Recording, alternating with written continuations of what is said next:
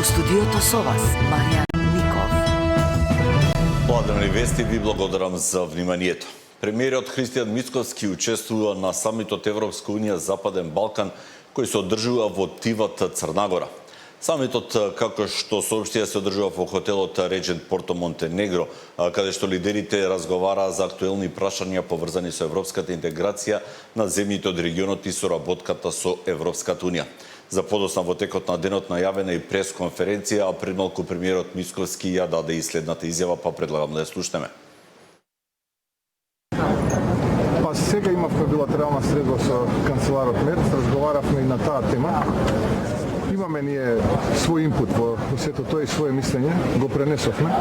Подетално ќе разговараме сега за време на работниот дел од самитот, така што да бидеме трпеливи. Сепак ова се моменти кога практично Европската Унија, односно Европскиот совет, јасно кажува дека процесот на проширување станува жив.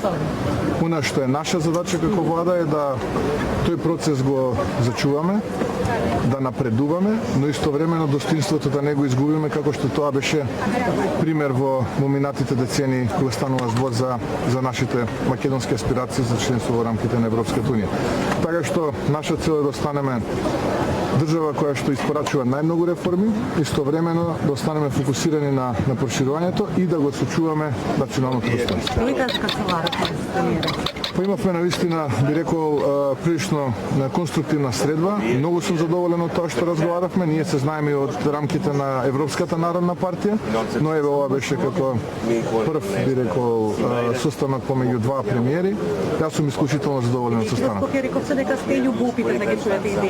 Еве, нека остане на тоа дека сум исклучително задоволен од состанокот.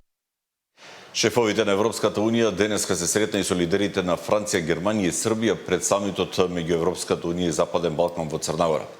Председателката на Европската комисија Урсула фон дер Лајен и председателот на Европскиот совет Антонио Кошта се сретнаа со францускиот председател Емануел Макрон, германскиот канцелар Фридрих Мерц и српскиот председател Александар Вучич. Германија и Франција предложија да им се дадат на земјите членки на Европската Унија повеќе можности да се приклучат кон програмите на Европската Унија и да пристапат до единствениот пазар пред да се приклучат кон блокот. Во документот се вели дека намерата е да се внесе нов импулс во дискусиите за проширување на блокот од 27 члена пред самитот и уште еден самит во Молдавија пред овој месец. Проширувањето се искачи на агендата на Европската Унија поради војната на Русија против Украина, а Киев е заинтересиран да се приклучи кон блокот за да биде подготвен за политичкиот тек во Европа.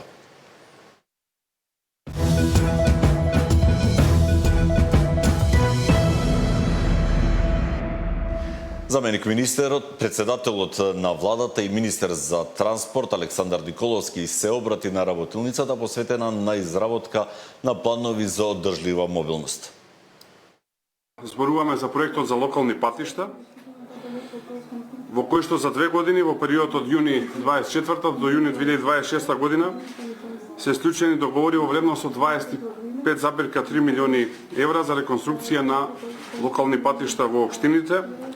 Рехабилитирани се 96 улици во 72 општини во вкупна должина од 72 километри, а во фаза на реконструкција се уште 31 километар патишта, што значи дека некаде околу 103 километри патишта се рехабилитирани, изградени целосно нови или во тек на изградба во овој момент со поддршка на ЗЕЛС и со поддршка на Светска банка. За одржување и подобрување на состојбата со хигиената на општините, имено се купуваат 49 возила од различен тип, кои што треба да помогнат на градот Скопје и на останатите општини за подобрување на состојбата со хигиената. Ова е, како што кажав, најголем инвестициски циклус во општините, ќе продолжиме во следниот период.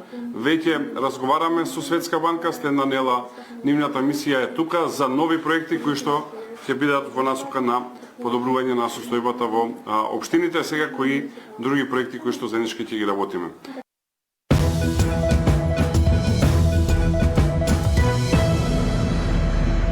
Јавно Современото предпријатие ИСАР имплементира SCADA систем, современо технолошко решение кое овозможува далечинско следење и управување со клучните објекти и процеси во водоснабдувањето.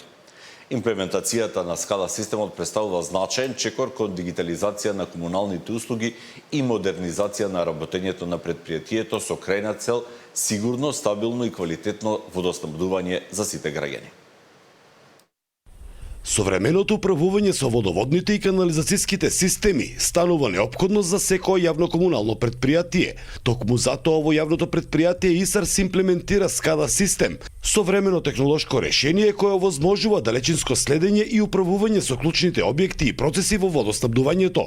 Ова е еден од најзначајните проекти на град Штип со вредност од 36 милиони денари, средства обезбедени од вториот повик на владата за реализација на проекти од суштинско значење за општините. Освен кражбите на вода, огромни количини на преработена, филтрирана вода се губи и заради дефектите на подземната водоводна мрежа која очекуваме преку овој систем да бидат исконтролирани и со тоа практично да имаме намалување на тие загуби, а тоа во годините кои што ќе следуваат, верувам дека ќе се рефлектира во финансиско подобрување на јавното предпријатие ИСАР.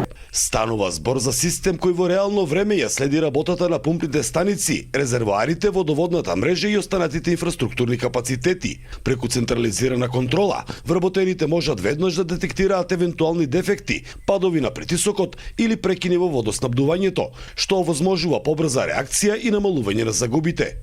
Во филтер станицата се спрема еден команден центар, каде што ќе биде инсталирана целокупната таа софтверска паметна опрема, која што ќе го управува и контролира овој водоводен систем. Имплементацијата на SCADA системот представува значаен чекор кон дигитализација на комуналните услуги и модернизација на работењето на предпријатието со крајна цел сигурно, стабилно и квалитетно водоснабдување за сите граѓани. За Сител, Трајан Ристовски.